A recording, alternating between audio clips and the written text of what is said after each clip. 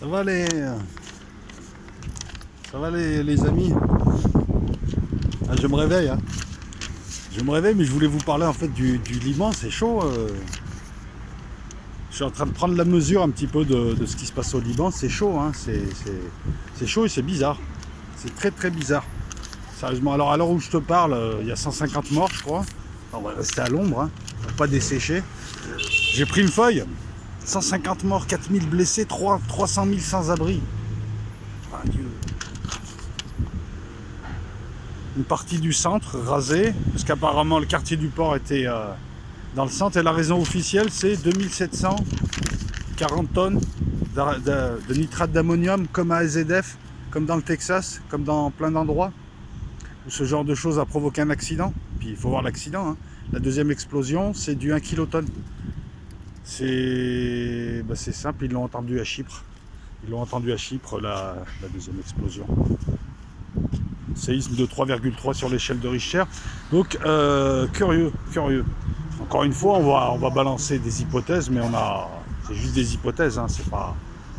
Hein, juste pour... Pourquoi je dis curieux? Parce que j'ai envie de rendre le truc curieux? Non. C'est curieux parce que le port appartient de fait au Hezbollah. Deuxièmement, tu laisses pas 2740 tonnes d'ammonium, de nitrate d'ammonium comme ça glander pendant des années.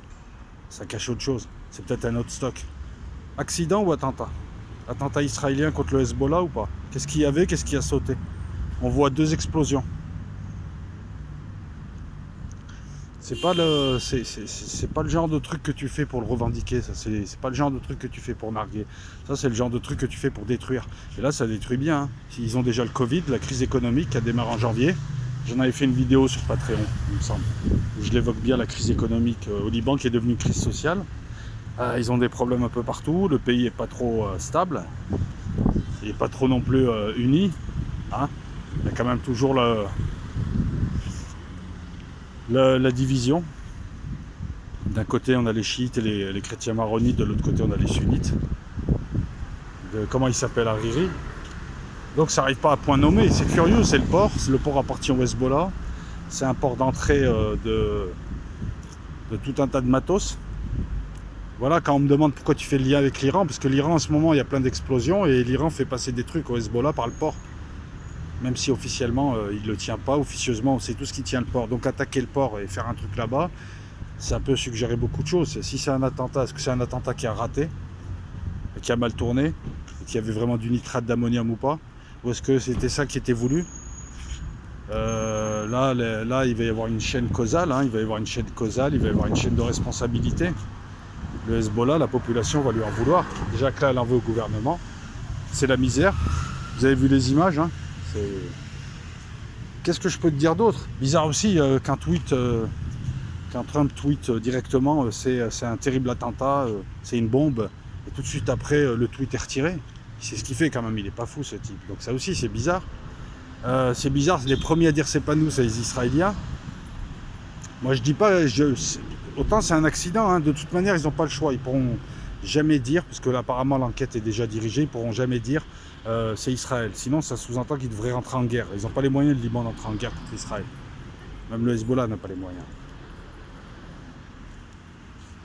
Donc on va dire que c'est un accident, mais si c'est un attentat, ça peut être un attentat pour nuire au Hezbollah qui recevait une drôle de cargaison, une cargaison intéressante, une cargaison dangereuse, ou carrément ils ont visé le stock de nitrate. Je sais pas. Parce que là ça met dans la merde le Liban, ça met dans la merde le Hezbollah.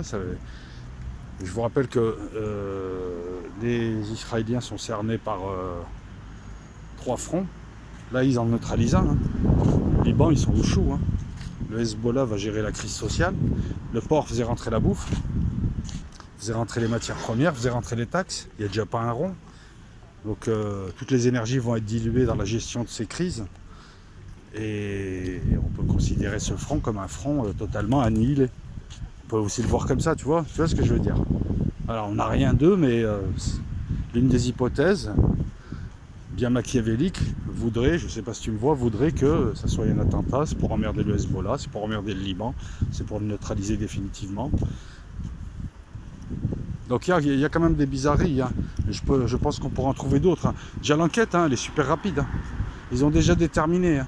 Mais avec les petits cafouillages qu'il faut, hein. Ils ont déjà déterminé que c'était un stock de 2740 tonnes d'ammonium, de nitrate d'ammonium, un truc super dangereux, qui serait resté pendant 6 ans, soi-disant, sans protection particulière. C'est des conneries. Même au Liban, même au Moyen-Orient, ils ne s'amusent pas avec ce genre de choses. Est-ce que ça ne serait pas un stock iranien ou un stock du Hezbollah, d'autres choses? Ou est-ce que ce nitrate d'ammonium ne servirait pas à faire des IED, par exemple? Et est-ce qu'à ce moment-là, les Israéliens n'auraient pas tapé? Ou est-ce qu'il n'y aurait pas eu un accident, tout simplement, hein? Ça peut arriver, hein. Moi j'exclus rien. Mais c'est bizarre, qu'est-ce que je pourrais dire d'autre? Ben, je vois pas grand-chose, hein. Juste que voilà, que l'enquête d'un coup, elle a été... d'un coup, ils ont bouclé l'enquête. Normalement, tu vas voir un petit peu ce qui se passe avant. La nature de l'explosion aussi. 1 kilotonne, hein. Ça pourrait être une petite charge nucléaire qui aurait pété. Apparemment, d'après ce qu'on a vu, il y aurait un bâtiment. Attends, je vais pas me faire écraser. De feux d'artifice. Des feux d'artifice qui auraient pris... Enfin, un navire qui aurait eu un incendie. À l'intérieur de ce navire, il y aurait eu des feux d'artifice. L'incendie aurait gagné l'entrepôt. Il y aurait eu nitrate d'ammonium. Ça, c'est ce qui se dit. Mais je sais pas, hein. Non, mais sérieusement, 2740 tonnes de nitrate. Comment ils vont justifier ça à l'enquête? Parce qu'il y a des chaînes causales, il y a des responsables. Vous avez vu un peu les dégâts? C'est cratère, il n'y a plus de quartier. 300 000 sans-abri, 4 000 blessés, 150 morts. Il y a des causalités, il y a des responsabilités à mettre en œuvre. Donc on va attendre. Ça va être notre marqueur pour savoir vraiment ce qu'il en est. On va voir les causalités jusqu'où elles remontent. Mais je pense que l'État libanais va étouffer ça pour éviter un scandale. Et puis, est-ce qu'il ne va pas tomber, l'État libanais? Et là, encore une fois, ça neutraliserait le Liban et ça arrangerait son voisin du sud. Voilà, c'est tout ce que j'ai à vous dire pour l'instant. À venir, une vidéo sur la bataille de Sirte, hein, qui se prépare, qui aura peut-être pas lieu, on verra. Et puis, rappelez-vous, c'est juste une hypothèse. Donc, comment dire ça? Je suis pas devin. C'est une hypothèse parmi une autre. Ça se trouve, c'est un accident. C'est la loi des séries, hein. Mais en ce moment, entre les USA qui ont des accidents sur leurs navires, sur leurs bases, dans leurs usines, les Iraniens où ça pète de partout, là maintenant le Liban, il y a quand même une drôle de loi des séries, hein. Mais bon, peut-être qu'il n'y a aucune relation, hein. Allez, ciao tout le monde.